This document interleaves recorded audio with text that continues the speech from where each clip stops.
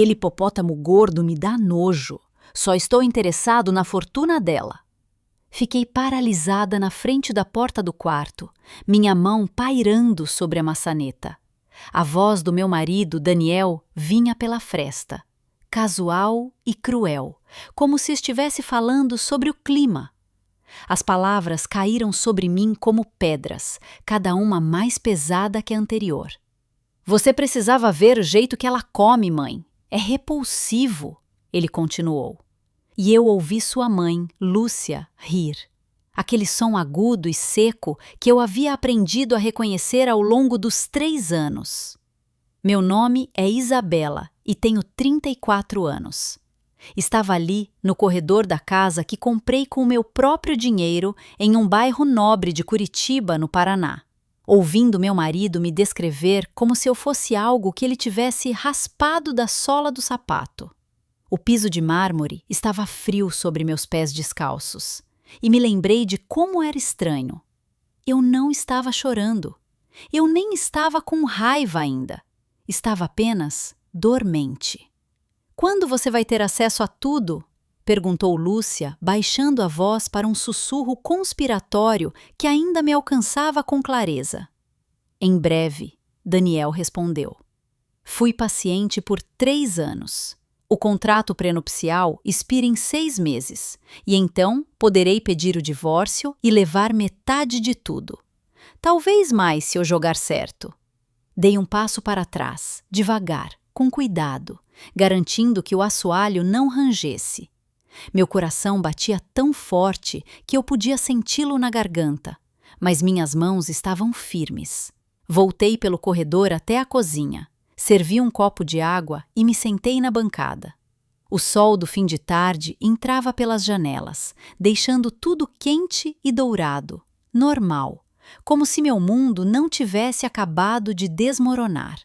Eu havia conhecido Daniel há 4 anos, em um congresso de construção civil e incorporação no Rio de Janeiro. Eu era dona de uma bem-sucedida incorporadora que construí do zero, depois que meu pai morreu e me deixou uma pequena herança de R$50 mil. Transformei esses 50 mil em um império multimilionário através de investimentos cuidadosos, parcerias inteligentes e jornadas de trabalho de 16 horas. Daniel havia sido charmoso, atencioso, interessado em tudo o que eu dizia. Ele me conquistou com jantares românticos e longas conversas sobre nossos sonhos.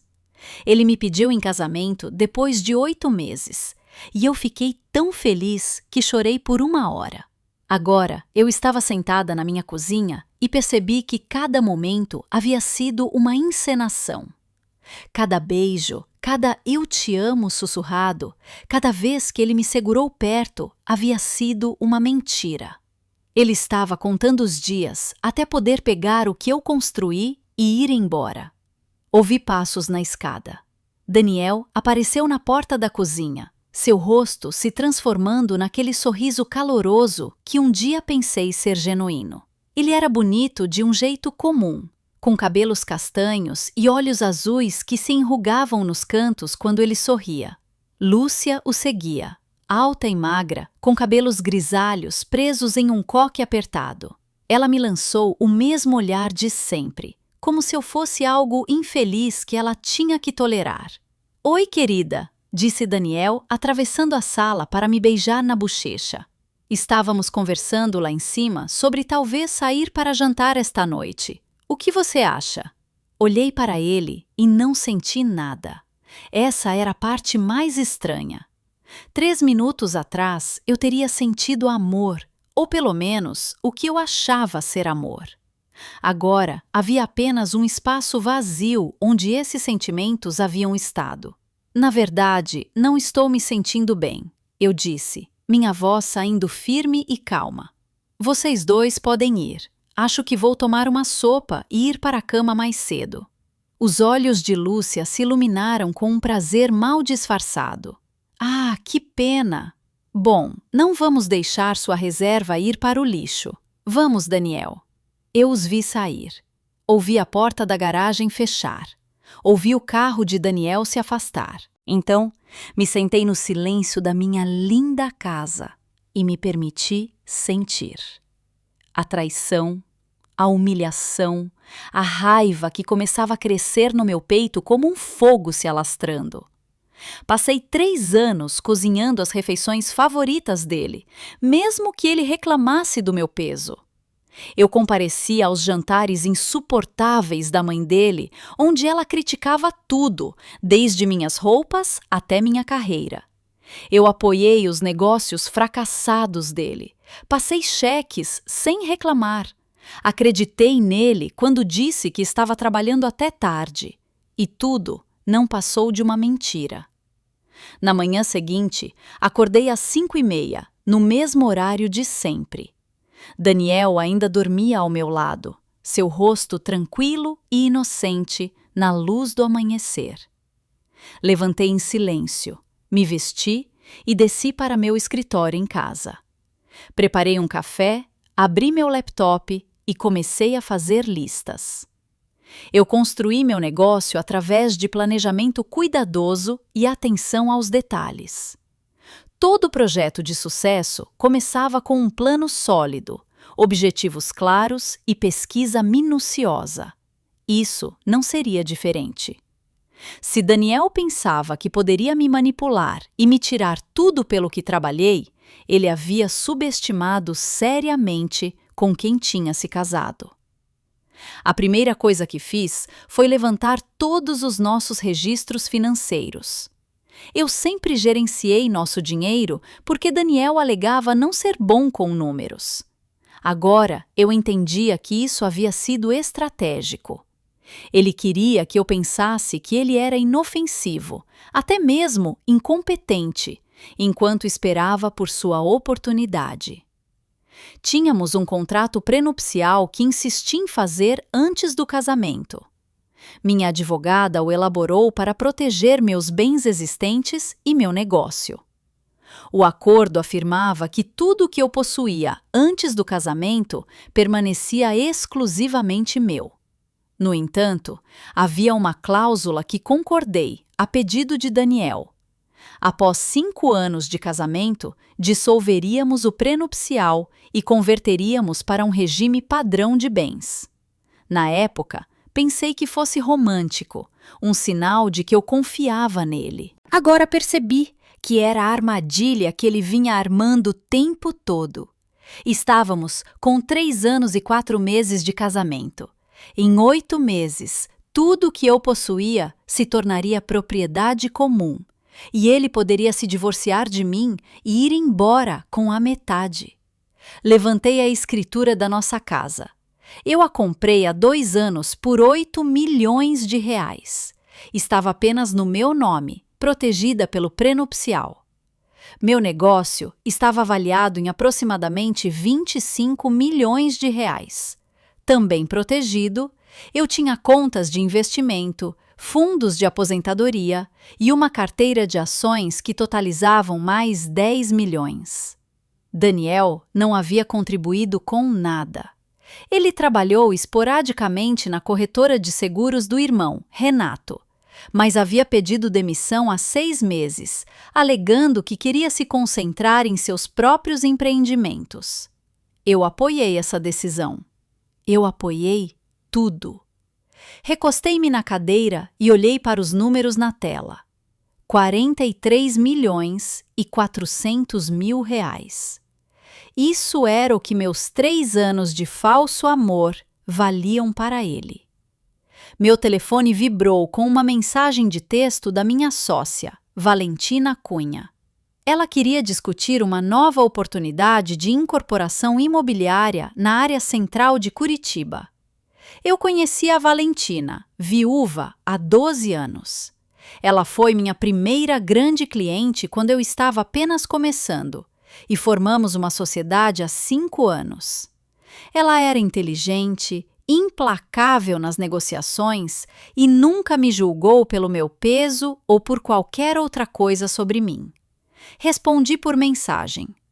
Podemos nos encontrar hoje? Algo importante surgiu. Ela respondeu imediatamente. Almoço no bistrô, 12h.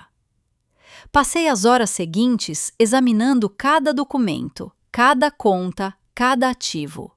Fiz cópias de tudo, salvei em um drive criptografado e fiz backup em um servidor seguro na nuvem.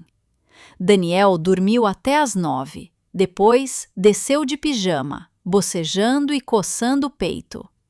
"Bom dia, gata", ele disse, beijando o topo da minha cabeça ao passar. Acordou cedo? Dia agitado? Só colocando alguns papéis em dia, eu disse, sem tirar os olhos da tela. Ele serviu o café e sentou-se no balcão da cozinha, rolando a tela do celular. "Vou encontrar o Renato para jogar golfe esta tarde", ele disse. "Tudo bem para você?"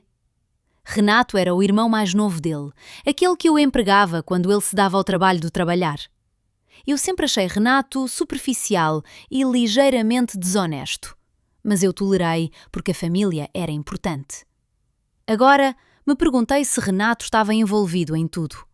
Se eles riram de mim juntos. A mulher rica, gorda e estúpida que acreditou no amor.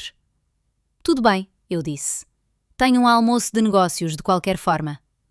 "Ah, é? Com quem?" "Valentina, apenas coisas de trabalho." Ele assentiu, já entediado com a conversa.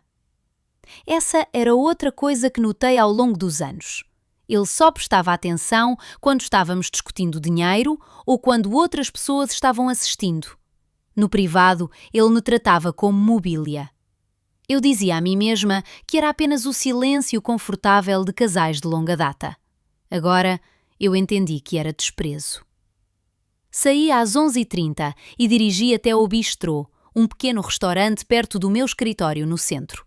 Valentina já estava lá, sentada em nosso boxe de sempre, nos fundos.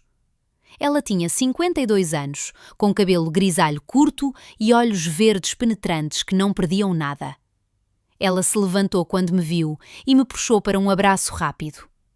"Você parece tensa", ela disse, enquanto nos sentávamos. O que está acontecendo?" Contei a ela tudo. A conversa que ouvi, a armadilha do pré-nupcial, a percepção de que todo o meu casamento havia sido um golpe. Ela ouviu sem interromper, sua expressão ficando mais dura a cada frase. Quando terminei, ela se recostou e bebeu um longo gole de água. "Aquele completo canalha", ela finalmente disse. "O que você vai fazer?" "Ainda não sei", eu disse. "Mas preciso agir rápido. Tenho 8 meses antes que o pré-nupcial expire. Se ele pedir o divórcio depois disso, ele leva metade de tudo. E você sabe como essas coisas são. Ele alegará que apoiou a minha carreira, que sacrificou as próprias oportunidades. Ele me pintará como a empresária fria que o negligenciou. Então você precisa entrar com o pedido primeiro", disse Valentina. "Talvez. Mas continuo pensando no que ele disse sobre ser paciente por 3 anos, sobre jogar certo. Ele está planejando isso desde o início, Valentina. Todo o relacionamento foi falso. Então garanta que ele receba exatamente o que merece", ela disse. Que é nada. Conversamos durante o almoço, considerando opções e estratégias. Valentina passou por um divórcio brutal 10 anos atrás e conhecia todos os truques do livro. Quando terminamos de comer, eu tinha um esboço de um plano. Naquela noite, agi como se nada tivesse mudado. Preparei o jantar, um frango assado com legumes que mal toquei. Daniel comeu com entusiasmo, falando sobre seu jogo de golfe e alguma oportunidade de investimento que Renato havia mencionado. Eu assenti, sorri e fingi me importar. Ele não notou a diferença. Ele nunca notava nada sobre mim. Lúcia ligou durante o jantar. Daniel colocou no viva voz e eu a ouvi reclamar do drama do seu clube de jardinagem enquanto eu tirava os pratos. Ela não perguntou como eu estava. Ela nunca perguntava. Quando Daniel finalmente desligou, ele se espreguiçou e bocejou. "Acho que vou assistir ao jogo", ele disse. "Quer se juntar a mim?" "Tenho que terminar um trabalho", eu disse. "Pode ir na frente." Voltei para o meu escritório e continuei minha pesquisa. Pesquisei contas offshore, fundos de proteção de ativos e leis de transferência de propriedade.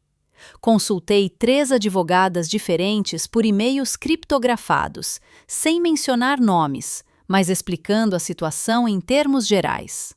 Eu precisava entender exatamente quais eram minhas opções e como proteger o que havia construído. A verdade era que eu não queria apenas me divorciar de Daniel e seguir em frente. Isso parecia muito simples, muito fácil para ele. Ele passou 3 anos mentindo para mim, me manipulando, esperando o dia de receber seu pagamento.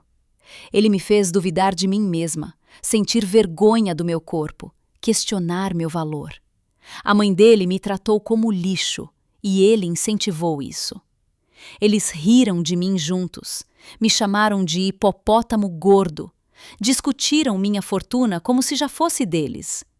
Eu queria que eles sentissem o que eu senti, parada naquele corredor. Eu queria que eles entendessem o que significava ter tudo tirado. Eu queria justiça, justiça de verdade, não apenas um acordo de divórcio. Na semana seguinte, agi com cautela. Eu ia trabalhar todos os dias, gerenciava minhas propriedades, me encontrava com empreiteiros e investidores.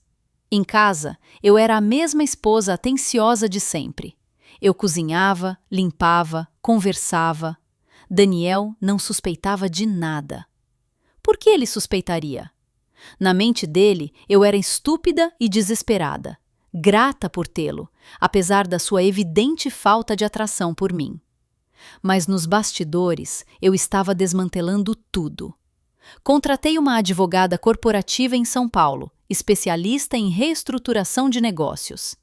Encontrei-me com o meu contador e discuti a reorganização da estrutura financeira da minha empresa.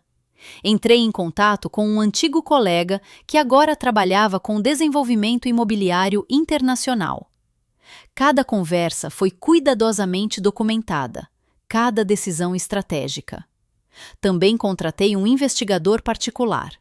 O nome dele era Ricardo Alves e ele foi altamente recomendado por Valentina.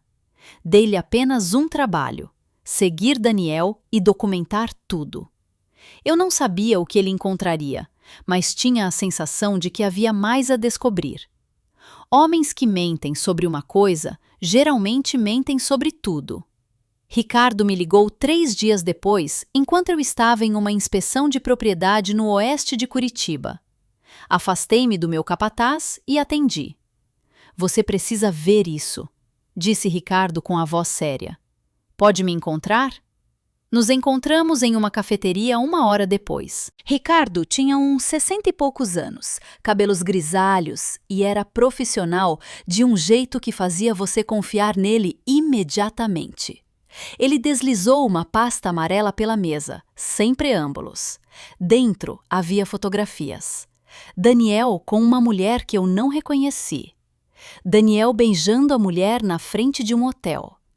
Daniel entrando em um prédio de apartamentos com ela. As fotos estavam datadas e marcadas com hora.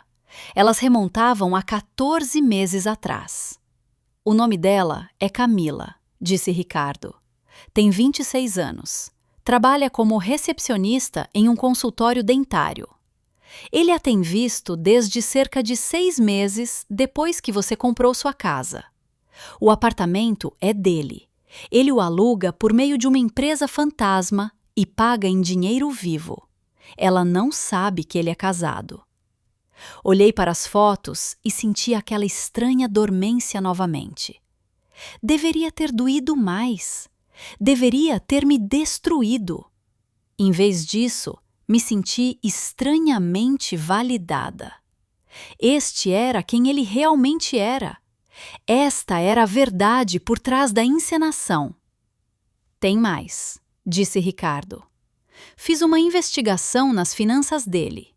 Ele tem dívidas significativas de jogo, cerca de R$600 mil, espalhadas por 3 cassinos diferentes. Ele tem usado adiantamentos em dinheiro de cartões de crédito que você não sabia. Seu nome não está neles, mas ele tem pago o mínimo com a conta da casa a qual você lhe dá acesso.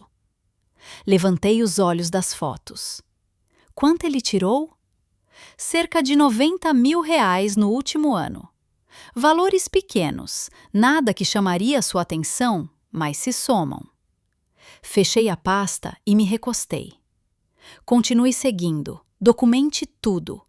Quero saber de cada mentira, cada dívida, cada segredo. Você pode fazer isso? Com certeza, disse Ricardo. O que você está planejando? Estou planejando garantir que ele nunca mais subestime ninguém, eu disse. Naquela noite, deitei ao lado de Daniel na cama e o observei dormir. Ele parecia tranquilo, contente, como um homem sem preocupações no mundo. Ele não tinha ideia de que seu plano cuidadosamente construído estava prestes a ruir. Ele não sabia que a mulher gorda e estúpida que ele estava usando estava 10 passos à frente dele.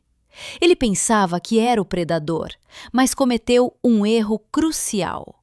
Ele subestimou sua presa. 2 semanas depois, eu estava sentada em uma sala de conferências no centro de São Paulo com 3 advogados, meu contador e Valentina. A vista do 42º andar era espetacular, mas eu mal a notei.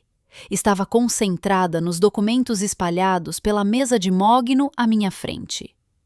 Deixe-me ter certeza de que entendi corretamente, eu disse, olhando para a advogada principal, uma mulher chamada Juliana Moreira, especialista em proteção de ativos. Se eu reestruturar minha empresa dessa forma, converter meus ativos pessoais em participações empresariais e estabelecer o fundo que você está recomendando, tudo se torna intocável em um divórcio? Não é totalmente intocável, disse Juliana com cautela, mas significativamente mais complicado de acessar. Seu marido teria que provar que esses movimentos foram feitos de má fé, especificamente para fraudá-lo em um divórcio. Dado que você não está pedindo divórcio, que está simplesmente reestruturando seu negócio por razões legítimas e que o prenupcial ainda está em vigor, ele teria um caso muito difícil. E quanto à casa? Perguntei. A casa é interessante, disse Juliana, puxando outro documento. Você a comprou há 2 anos apenas em seu nome. Ela está protegida sob seu prenupcial. No entanto, se você quiser garantir que não haja absolutamente nenhuma discussão sobre a valorização da propriedade conjugal, você poderia vendê-la e reinvestir o produto no fundo antes que o prenupcial expire. Olhei para a Valentina. Nós discutimos essa possibilidade, mas ouvir Juliana expô-la de forma tão clara a tornava real. Vender a casa significava sair, fazer um movimento visível que Daniel notaria. Significava que o jogo estava realmente começando. Quanto tempo levaria? Perguntei.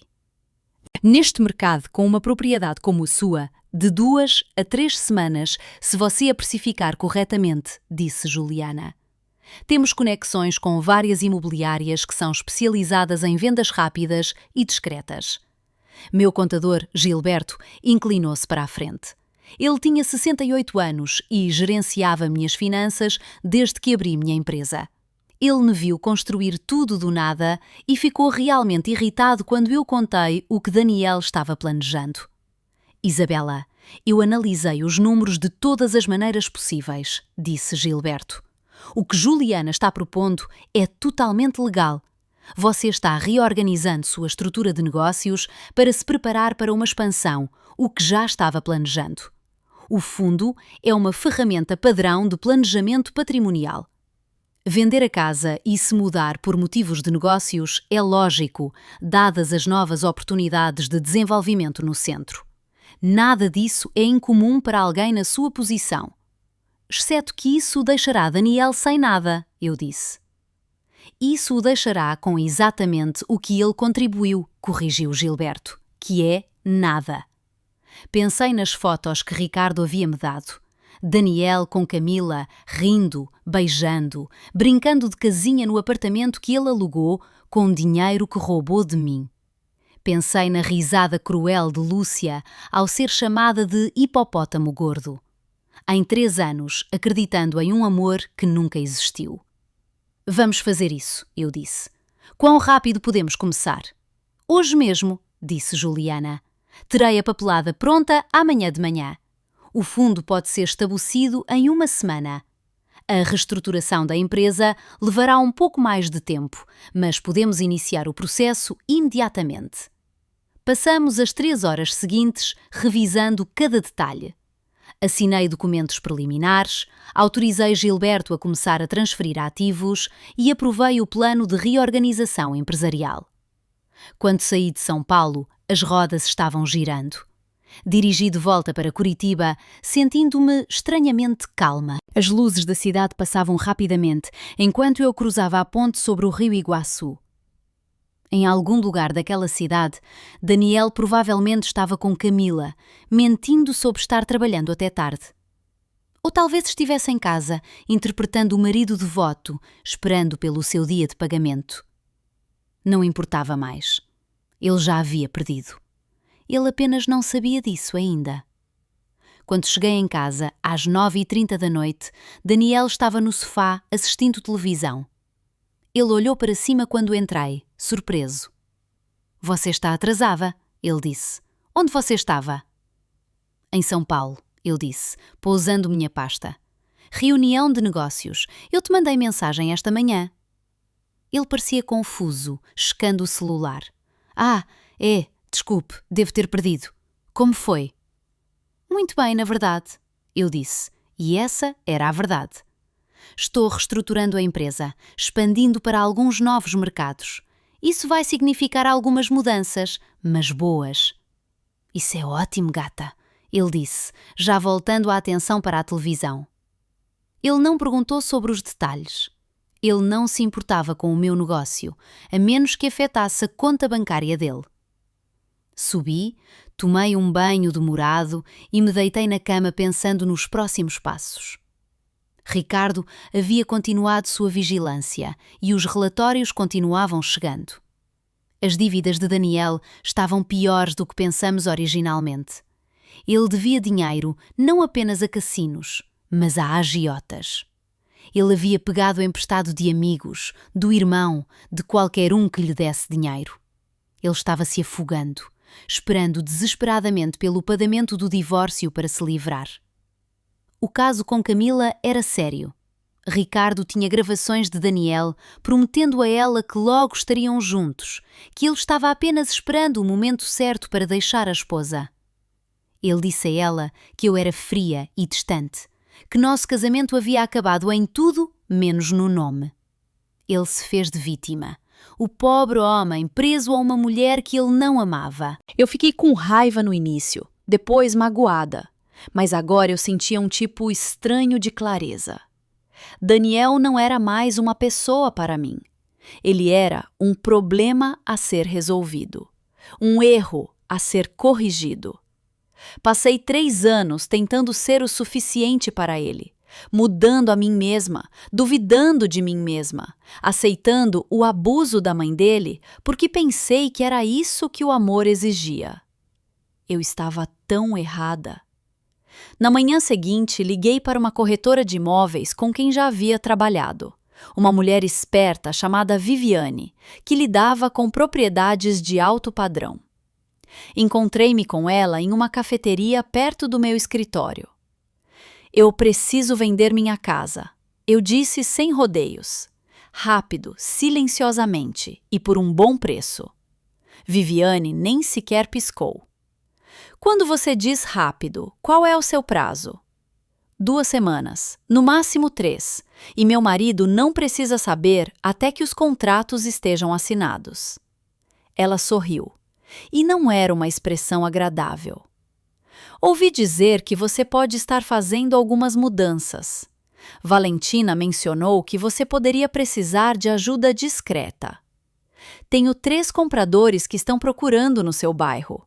Ofertas à vista, fechamentos rápidos. Quando posso ver a propriedade? Hoje, eu disse. Daniel joga golfe toda quinta-feira à tarde. Vem às 2. Viviane chegou exatamente às 2, junto com um fotógrafo e uma consultora de staging. Eles se moveram pela minha casa de forma eficiente e profissional, tirando notas e fotos. Eu os vi observar e avaliar o lar que escolhi com tanto cuidado. O lugar onde pensei que construiria uma vida. Agora, era apenas mais um ativo a ser liquidado.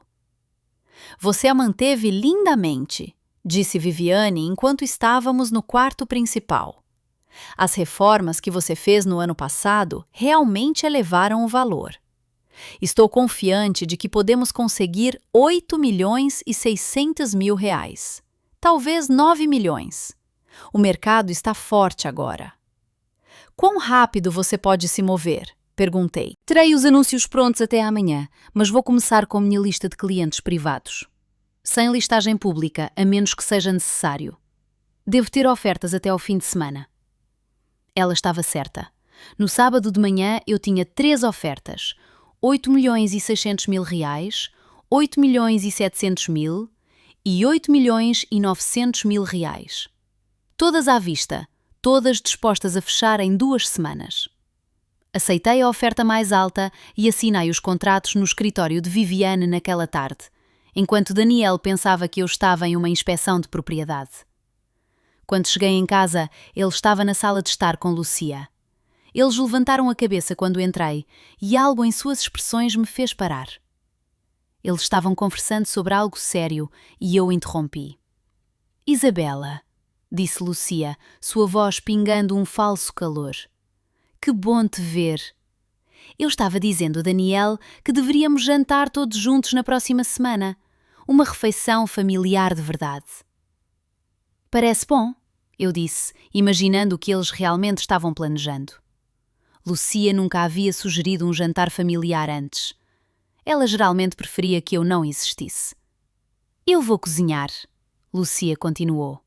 Na minha casa, no próximo sábado à noite, às 6. Você virá, não é? Havia algo desafiador no tom dela, como se esperasse que eu recusasse, como se quisesse que eu recusasse, para poder usar isso contra mim depois. Claro, eu disse, estarei lá. Depois que Lucia foi embora, Daniel estava mais quieto do que o normal. Ele continuava olhando para mim com uma expressão estranha, como se estivesse tentando descobrir algo. Naquela noite, na cama, ele se virou e me abraçou, algo que raramente fazia. Você parece diferente ultimamente, ele disse. Mais confiante ou algo assim? O que está acontecendo? Meu coração estava acelerado, mas mantive a voz firme. Apenas empolgada com a expansão dos negócios. É uma grande oportunidade. Sim, sobre isso, ele disse. Eu estava pensando que talvez devesse me envolver mais. Quer dizer, faz um tempo que não trabalho e conheço o negócio muito bem agora. Talvez eu pudesse assumir um papel de verdade, não apenas como seu marido, mas como sócio. Aí estava. Ele estava ficando nervoso. Algo o havia assustado ou ele queria garantir sua posição mais firmemente. Eu me perguntei se Renato havia dito algo ou se Lucia havia plantado a ideia. De qualquer forma, ele estava tentando anexar seu nome ao meu negócio antes que o pré-nupcial expirasse. Isso é fofo, eu disse, virando-me para encará-lo no escuro. Mas você sabe, a estrutura da empresa está bem definida. Todas as parcerias são formalizadas. Seria complicado adicionar alguém novo, mesmo você. Mas eu sou seu marido, ele disse, e pude ouvir a tensão em sua voz. Isso deveria contar para algo? Conta sim, eu menti. Conta para tudo. Mas negócios são negócios. Você entende isso, certo? Ele ficou em silêncio por um longo momento. Sim, ele finalmente disse. Acho que sim. Mas eu podia sentir a tensão em seu corpo, a suspeita começando a crescer. Eu teria que agir mais rápido do que havia planejado. A semana seguinte foi um borrão de atividade. Assinei os documentos finais de fechamento da casa na terça-feira. Os novos proprietários queriam a posse em 10 dias, o que significava que ele tinha que fazer as malas e encontrar um lugar para ir. Eu disse a Daniel que a empresa havia comprado um apartamento corporativo temporário no centro para eu usar durante o projeto de expansão, que fazia mais sentido do que dirigir para lá e para cá todos os dias. E eu? Ele perguntou. E pela primeira vez vi medo de verdade nos olhos dele. O apartamento é minúsculo, eu disse. Apenas uma kitnet. Você pode ficar aqui até eu descobrir nossa situação permanente. É só temporário. Ele não gostou. Mas o que ele poderia dizer? Eu estava supostamente trabalhando 24 horas por dia em um grande projeto de negócios. Fazia sentido lógico. Ele não tinha ideia de que a casa havia sido vendida debaixo do nariz dele. Comecei a tirar meus itens pessoais gradualmente. Roupas, joias, documentos importantes, fotos de família. Tive o cuidado de não tirar tudo de uma vez, apenas o suficiente para que não fosse óbvio. Movi tudo para um depósito primeiro e depois, gradualmente, para um apartamento mobiliado que eu realmente aluguei. Um lindo apartamento de 2 quartos em um prédio seguro no centro, com vista para o Rio Iguaçu. Ricardo continuou sua vigilância. Daniel estava ficando mais desesperado, seu vício em jogos piorando. Ele havia perdido mais R$90 mil nas últimas 2 semanas, sozinho. Ele estava pegando emprestado de Lúcia agora. Descobri que ela havia dado R$200 mil a ele apenas 3 dias atrás, provavelmente esperando receber de volta quando ele se divorciasse de mim e recebesse seu acordo. No sábado à noite, dirigi até a casa de Lúcia para o jantar de família que ela havia arranjado. Era um casarão colonial antigo na parte cara da cidade, herdado de seu falecido marido. Daniel cresceu ali, naquela casa fria e cheia de antiguidades e julgamentos. Lúcia atendeu a porta usando pérolas e um sorriso forçado. Isabela, você conseguiu vir. Entre, entre.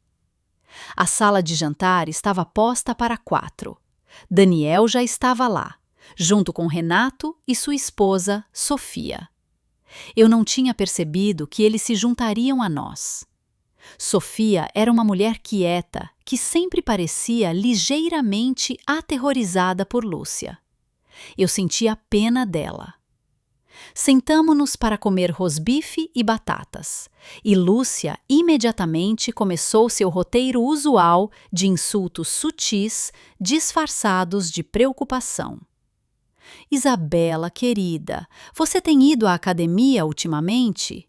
Você parece um pouco cansada, ela disse, passando meus legumes enquanto pegava a menor porção para si mesma. Estive ocupada com o trabalho, eu disse agradavelmente. Claro, claro, seus pequenos projetos de negócios. Que bom que você tenha algo para ocupar seu tempo. Ela disse isso como se eu administrasse uma loja de hobby em vez de uma empresa multimilionária. Renato interveio. Na verdade, mãe, a empresa da Isabela está indo muito bem. Daniel estava me falando sobre uma grande expansão que ela está planejando. O sorriso de Lúcia se apertou. Sim, Daniel mencionou algo sobre isso. Parece muito arriscado, no entanto. Não seria mais sensato focar na estabilidade na sua idade? Você não está ficando mais jovem. Eu tinha 34 anos. Ela fazia parecer que eu era uma idosa. Às vezes, é preciso correr riscos calculados para crescer, eu disse. Foi assim que construí o negócio em primeiro lugar. Bem, graças a Deus, você tem Daniel para te manter com os pés no chão, disse Lúcia, estendendo a mão para acariciar a mão do filho. Ele sempre foi tão sensato com o dinheiro, não é, querido? Daniel sorriu para a mãe. Eu vi a mesma frieza em seus olhos que ouvi em sua voz naquela noite do lado de fora do quarto. Isso era o que ele havia aprendido com ela. Essa crueldade casual, essa crença de que algumas pessoas simplesmente importavam mais do que outras. O jantar continuou com mais do mesmo. Lúcia fazia comentários sobre minha aparência, minha idade, minhas decisões de negócios. Renato e Sofia ficaram na maior parte do tempo em silêncio. E Daniel interpretou o filho devotado, concordando com tudo que a mãe dizia. Eu sorri, assenti e interpretei meu papel perfeitamente. Após o jantar, Lúcia sugeriu que os homens fossem para o escritório tomar brandy, enquanto nós, mulheres, limpávamos. Foi tão antiquado e ridículo que eu quase ri, mas segui ela e Sofia para a cozinha. Estou feliz por termos este tempo a sós, disse Lúcia enquanto me entregava um prato para secar. Eu queria falar com você sobre algo importante. O que é? Perguntei, embora tivesse a sensação de que sabia onde isso ia dar. Daniel, ela disse simplesmente. Ele tem parecido infeliz ultimamente. Acho que o casamento está cobrando seu preço. Sofia me lançou um olhar apologético, mas não disse nada. Ela havia aprendido há muito tempo a não cruzar o caminho de Lúcia. Não notei que ele estivesse infeliz. Eu disse com cuidado. Você não notaria, não é? Disse Lúcia, sua voz se tornando mais afiada. Você está tão focada no seu trabalho, no seu dinheiro, nas suas propriedades. Quando foi a última vez que você realmente olhou para o seu marido e pensou no que ele precisa? Eu larguei o prato que estava secando e me virei para encará-la totalmente. O que exatamente você está dizendo, Lúcia? Ela encontrou meus olhos com absoluta confiança. Estou dizendo que talvez fosse mais gentil para todos se você reconhecesse que este casamento não está funcionando. Daniel merece estar com alguém que o aprecie, que o coloque em primeiro lugar. E você, bem, você claramente prefere seu negócio a qualquer relacionamento. Talvez seja a hora de se separarem amigavelmente antes que alguém se machuque. Aí estava. Ela estava preparando a narrativa. Quando Daniel pedisse o divórcio após o prenupcial expirar, eles alegariam que eu fui uma esposa negligente, que eu o afastei com minha obsessão por trabalho. Eles o pintariam como a vítima e a mim como uma mulher fria e egoísta que mereceu ser abandonada. Essa é uma perspectiva interessante, eu disse calmamente. Mas não estou planejando me divorciar de Daniel. Eu amo meu marido. A expressão de Lúcia vacilou com algo parecido com raiva antes que ela a suavizasse. Claro que ama, querida, mas você deve ser realista sobre a situação. Daniel tem a vida toda pela frente. Ele não deveria estar preso a alguém que não pode dar a ele o que ele precisa. Eu sabia o que ela queria dizer. Filhos.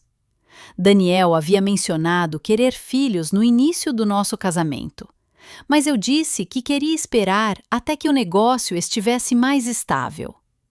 A verdade era que eu nunca tive certeza de que queria filhos, e fui honesta sobre isso.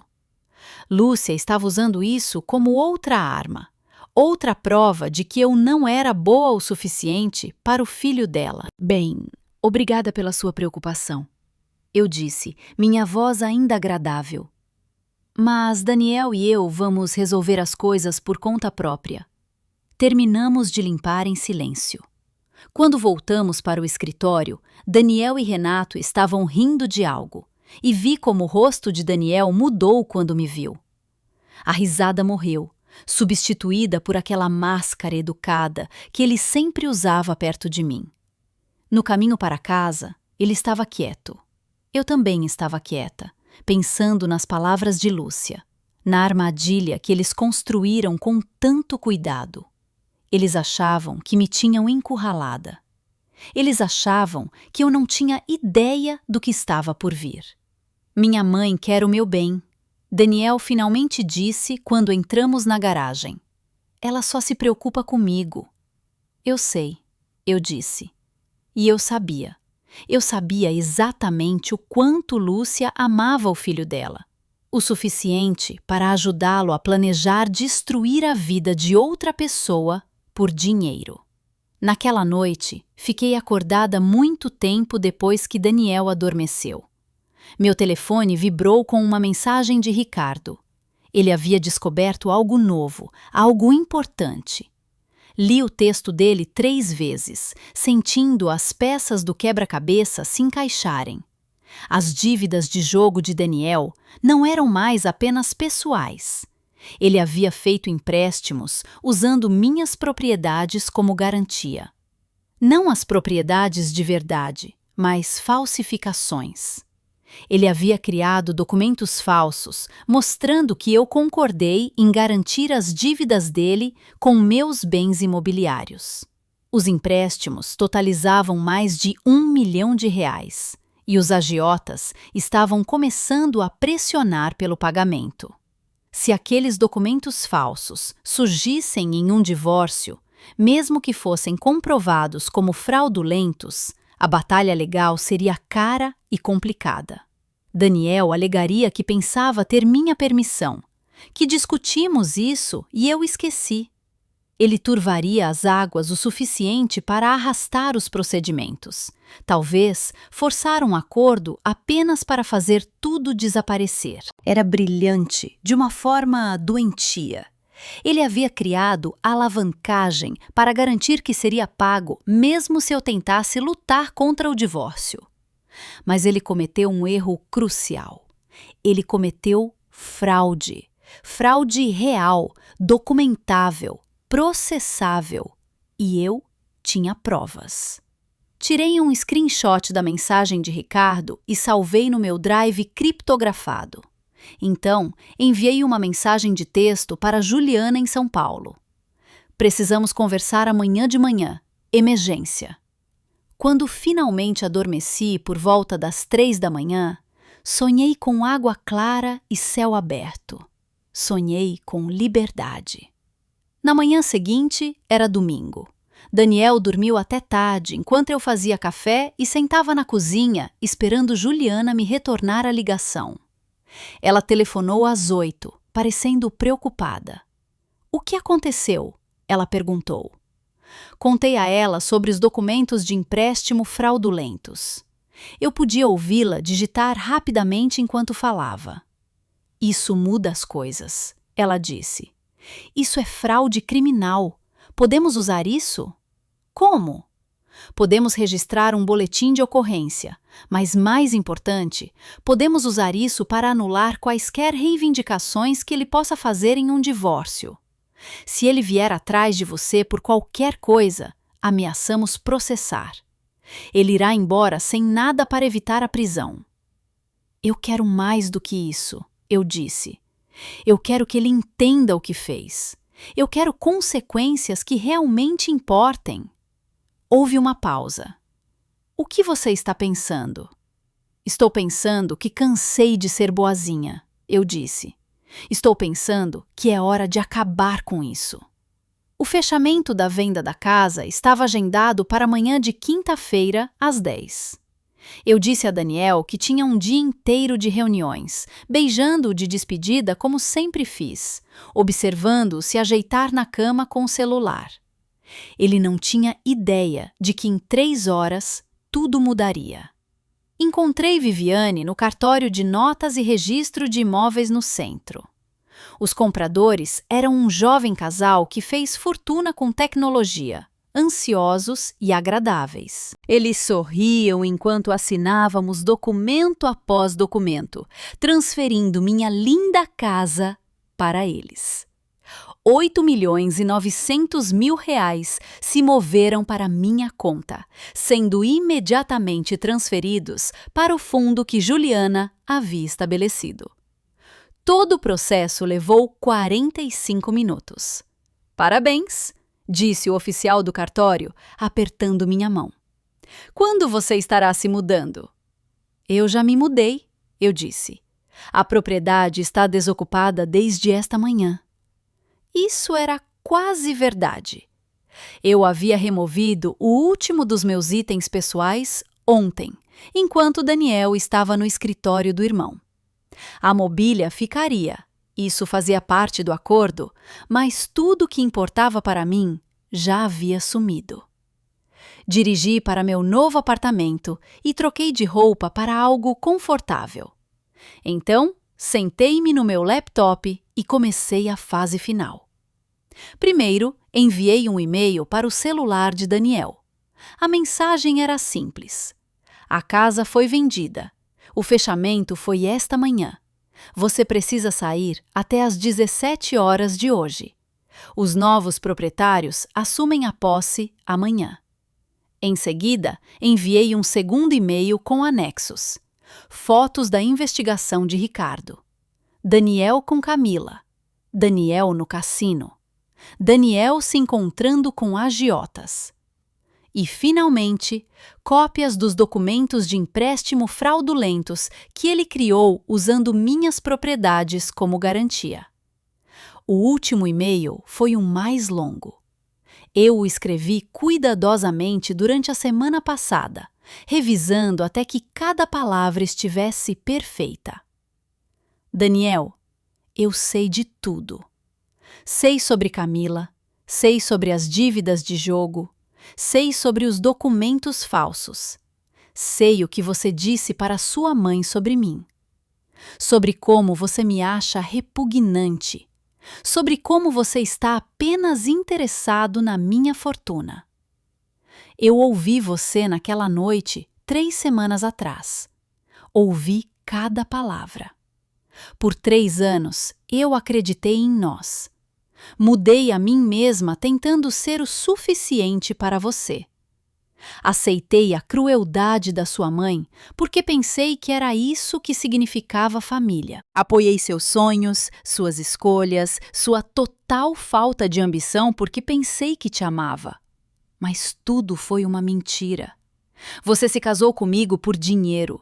Esperou o prenupcial expirar para poder se divorciar de mim e levar metade de tudo o que eu construí. Você mentiu para Camila, para mim, para todos. Você roubou de mim. Cometeu fraude usando o meu nome. Aqui está o que vai acontecer agora. A casa foi vendida.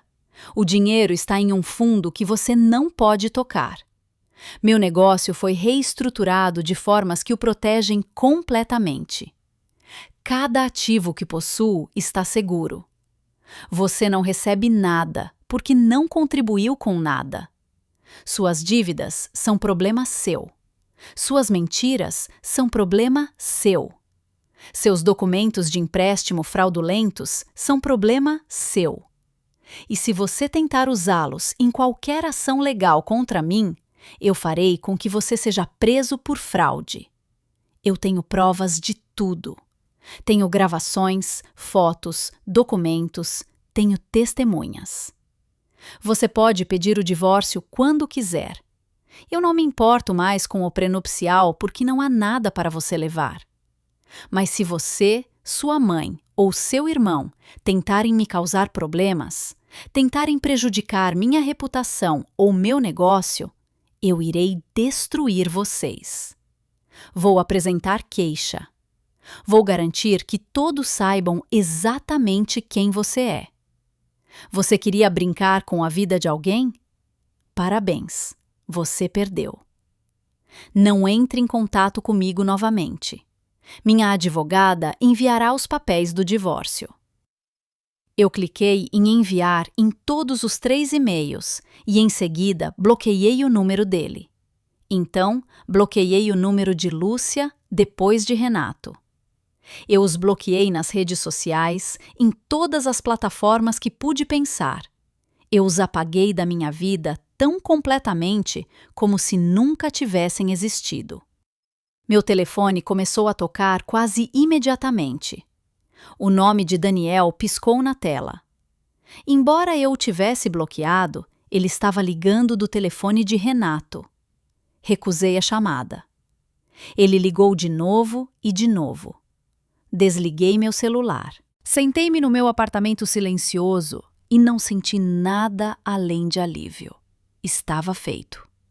3 semanas desde a noite em que ouvi aquelas palavras do lado de fora da porta do meu quarto e estava completamente terminado. Ricardo ligou para minha linha de trabalho 1 hora depois. Ele está na casa? Eu disse. Está surtando. Os novos proprietários acabaram de aparecer com o empreiteiro deles para começar a planejar reformas. E Daniel está tentando explicar que houve algum engano. A polícia está lá agora. Bom, eu disse.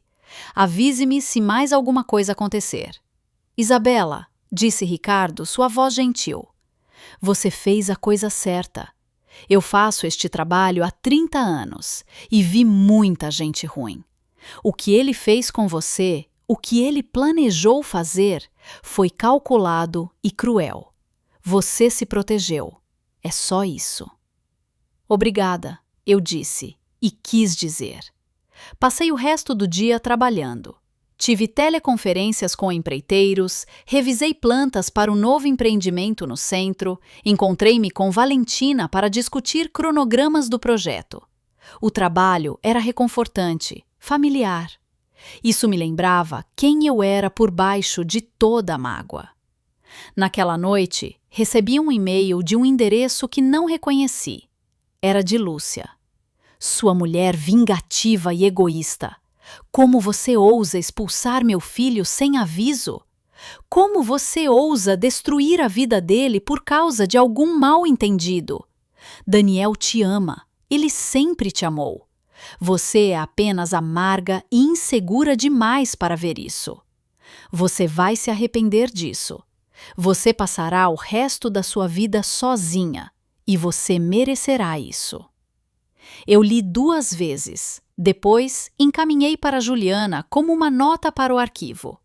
Então, servi-me de uma taça de vinho e parei na janela do meu apartamento, olhando para as luzes da cidade refletindo no rio. Curitiba parecia linda lá de cima, limpa, brilhante e cheia de possibilidades. Os papéis do divórcio foram protocolados na segunda-feira. Juliana trabalhou durante o fim de semana para preparar tudo, e eles eram a prova de falhas. O prenupcial ainda estava em vigor por mais 7 meses, o que significava que todos os meus bens pré-matrimoniais permaneciam meus. A reestruturação do negócio estava completa, removendo qualquer ambiguidade sobre minha empresa. A venda da casa foi documentada e legal. Não havia nada para Daniel reivindicar e nada para ele lutar. O advogado dele ligou para Juliana na terça-feira. Eu estava em uma reunião quando ela me mandou mensagem. Eles querem negociar. Eu disse a eles que não há nada a negociar. Ele fica com 0, respondi por mensagem. Na quarta-feira, Ricardo me enviou o seu relatório final. Daniel havia se mudado para a casa de Renato e Sofia. Ele ainda estava ligando para o meu escritório, deixando mensagens de voz desesperadas que minha assistente foi instruída a deletar sem ouvir. Ele tentou obter um empréstimo para pagar suas dívidas de jogo usando a casa da mãe como garantia, mas Lúcia se recusou. Os agiotas estavam rondando e ele não tinha como pagar. Camila descobriu sobre mim. Alguém havia enviado artigos de jornal sobre mim e a empresa, junto com fotos do casamento. Ela confrontou Daniel na casa de Renato, gritando com ele na entrada enquanto os vizinhos assistiam. Então, ela postou sobre isso nas redes sociais, chamando-o de mentiroso e fraudador. A postagem se tornou viral nos círculos locais, compartilhada e comentada por centenas de pessoas. Lúcia tentou controlar os danos, ligando para conhecidos em comum para espalhar a versão dela dos eventos. Eu era a esposa louca e ciumenta que havia surtado e expulsado seu marido inocente. Eu era vingativa e cruel, e Daniel era a vítima. Mas a história não pegou. Muitas pessoas me conheciam minha reputação de integridade e justiça. E muitas pessoas tinham visto Daniel pelo que ele realmente era. Um homem charmoso, sem substância, que se casou por interesse e ficou preguiçoso. Valentina me ligou na tarde de quinta-feira. Você viu a seção de negócios da Folha de Curitiba hoje? Não, por quê? Há um artigo sobre seu projeto de desenvolvimento no centro. É realmente positivo. Eles entrevistaram vários membros da Câmara Municipal que elogiaram o envolvimento comunitário e as práticas éticas da sua empresa. Há uma citação do prefeito chamando você de uma das líderes empresariais mais valiosas de Curitiba. Eu abri o artigo no meu computador. Era tudo o que Valentina havia dito, mais um quadro sobre o crescimento da minha empresa nos últimos 10 anos.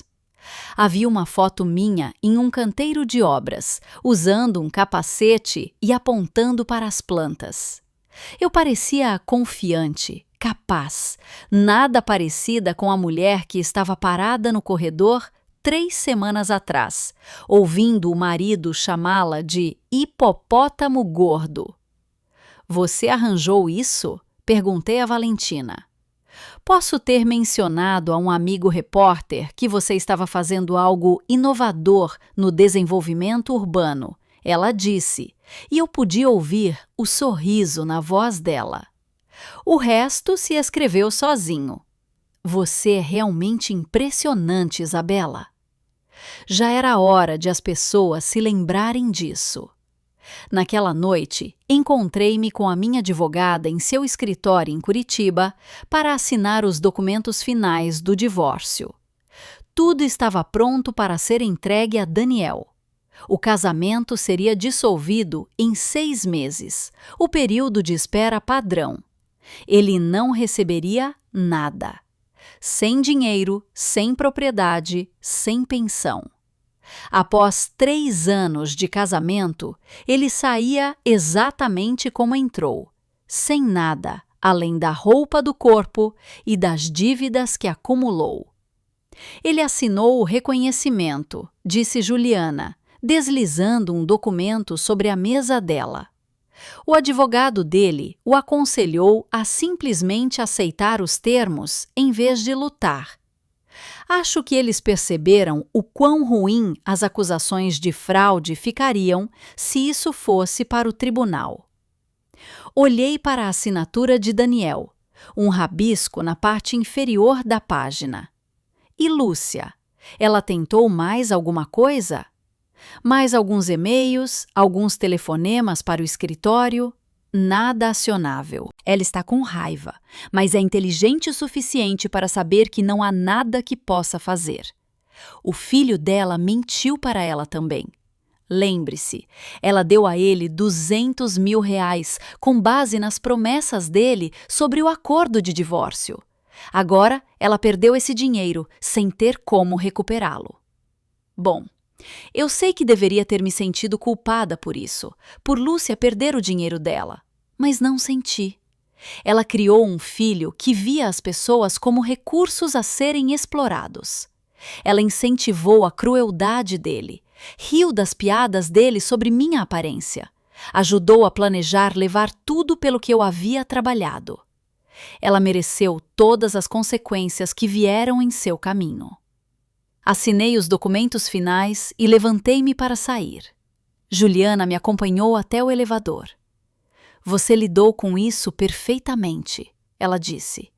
Muitas pessoas na sua situação teriam ficado, teriam se convencido de que não era tão ruim, ou teriam reagido emocionalmente, feito algo precipitado. Você foi estratégica e paciente.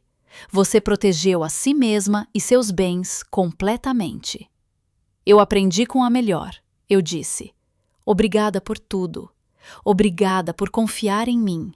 E, Isabela, eu sei que isso foi terrível, mas você vai ficar bem, melhor do que bem. Você vai prosperar. Eu acreditei nela. Pela primeira vez em 3 anos, eu realmente acreditei que ficaria bem. 6 meses depois, eu estava sentada em uma cafeteria no centro de Curitiba com Valentina, revisando planos para o nosso próximo projeto. O desenvolvimento no centro estava adiantado e abaixo do orçamento. A Câmara Municipal havia aprovado nossa proposta para uma segunda fase. Minha empresa cresceu 30% e eu contratei 10 novos funcionários. Você ouviu algo sobre Daniel? Perguntou Valentina, tomando seu latte. Ricardo me enviou uma atualização no mês passado. Ele declarou falência. Perdeu tudo. Está trabalhando em uma concessionária de carros agora, morando em uma kitnet na Zona Leste. Lúcia não fala com ele. Aparentemente, ela o culpou por perder os R$200 mil dela e pelas dívidas de jogo. Ele está em um plano de pagamento. Levará anos para quitá-las. Renato o demitiu da corretora de seguros depois que o incidente com Camila se tornou viral. A reputação dele está praticamente destruída. Valentina ficou em silêncio por um momento. Você se sente mal por isso? Por como você desmantelou completamente a vida dele? Eu pensei sobre essa pergunta. Eu a fiz a mim mesma muitas vezes nos últimos meses. A resposta era sempre a mesma. Não, eu disse. Ele tentou fazer a mesma coisa comigo. A única diferença é que eu fui mais esperta e mais rápida. Se eu tivesse esperado, se eu tivesse confiado nele por mais alguns meses, teria perdido tudo. Ele teria se divorciado de mim logo após o prenupcial expirar, levado metade do que construí e ido embora sentindo que mereceu. Ele me teria destruído sem pensar 2 vezes. Justo, disse Valentina. Sabe o que eu acho? Eu acho que você é uma mulher que conhece seu valor agora.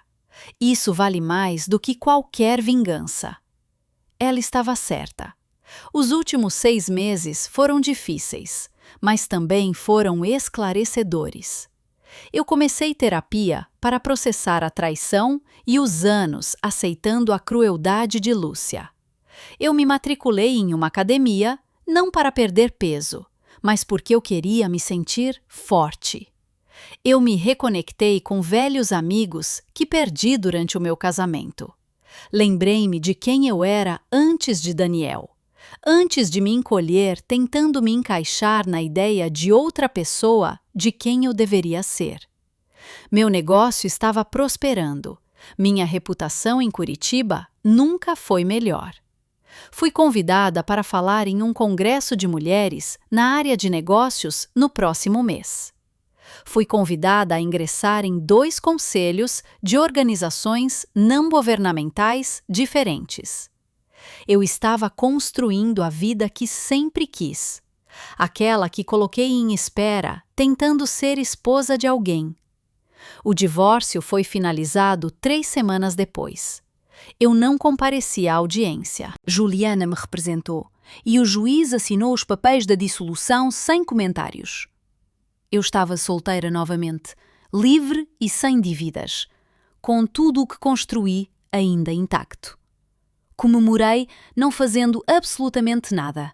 Fiquei em casa, pedi comida para a viagem e assisti a filmes antigos no meu apartamento confortável.